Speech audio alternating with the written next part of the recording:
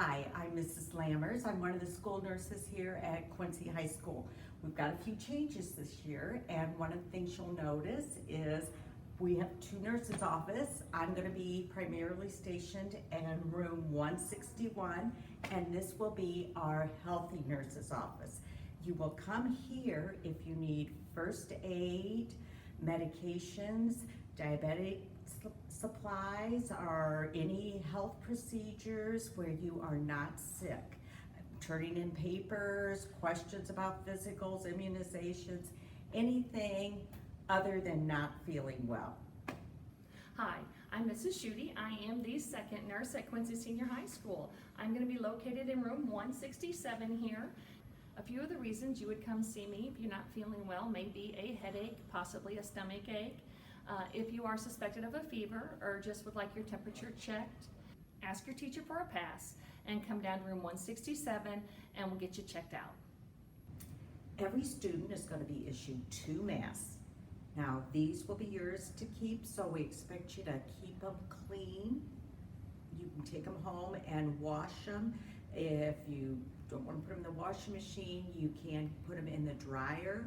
The main thing is to keep your nose and your mouth covered at all times, and make sure your chin is covered too. Now, you're going to want to wear your mask on the bus, at school, every time except when you are eating or if you've been instructed to take a mask break by your teacher. This is to protect others primarily. Even if you are feeling great and think, hey, there's nothing wrong with me, you might be carrying something that could harm someone else. Everyone's getting 2 masks. The guidelines are that you change your mask typically after 4 hours, but we are saying at lunchtime would be a good time to change your mask. When you change it, make sure when you take it off that you keep the inside folded together, because that is considered the dirty area. Make sure you always put the same part of the mask on the inside, because the inside of your mask is considered contaminated. Don't switch sides. And especially, you don't want to be trading masks with other students or sharing. You're also going to change your mask if it gets soiled by a sneeze or a bad cough. Also, everyone will be issued a face shield. Now, these will remain at school and be wiped down daily. Another thing we'll be doing at the high school is practicing social distancing. You have been doing this throughout the community, but I want to remind you here at the high school, we're going to practice social distancing to protect ourselves and others. And an easy reminder would be to stay at least an arm's length away from teachers, staff, each other, and we'll practice all throughout the day. Another change you'll see is temperature checks. Temperature checks are to be done daily before coming to school by the parent. Normal temperature is 98.6. Anything over 100 degrees is considered a fever and your child should stay home. A child will have a temperature check before entering a bus. A parent should stay with that child in the event there is a fever and should be taken home. Any student entering the front of the building will have a thermal scanned temperature. In the event that temperature is elevated, they will be redirected to the nurse's office in room 167. I will then verify that temperature, and in the event that it truly is over 100, we'll be contacting a parent. Good hand washing is very important. A few things I'd like to remember when we're going to wash our hands is the timing. We'd like you to wash your hands before entering the school building and when leaving the school building.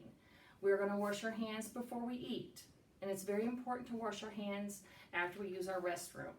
A few things I'd like to talk to you about when you wash your hands is always use clean water, okay?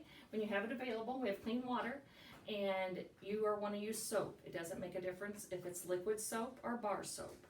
You're going to use a good lather, and I want to use all surfaces of the hands. I want you to get in between your fingers, over and under, in your fingernails. If they're visibly dirty, you need to wash and clean your fingernails. And you want to do this for about 20 seconds, okay? It's very important to rinse your hands And when you dry your hands, you can use a paper towel or air dry.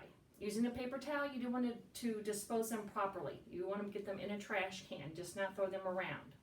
Now, in the event you do not have access to clean water, it is acceptable to use hand sanitizer. You only need a small amount, about a dime size in your hand.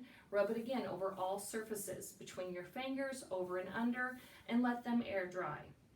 Now, that's about hand washing. Again, if you're coughing or sneezing, have a runny nose, and you've touched your face and your hands have soiled, always a good time to wash your hands. When not wearing a mask, if you cough or sneeze, do it in a tissue and then discard the tissue and wash your hands. Now, if there's no tissues available, you can cough into your elbow and then wash your hands. I just want to remind everybody it is important to take care of yourself. Eat healthy and get good rest. If you have any questions, the parents can refer to the Pandemic Sick Guidelines located on the website, QHS website. You can look under the nurses section. And feel free to call us anytime at the QHS High School, 224-3770. We do want to emphasize that it is very important to stay home for 24 hours after having fever, vomiting, or diarrhea. The changes we've made here at QHS are to keep everybody safe here at school, your home, and all throughout the community.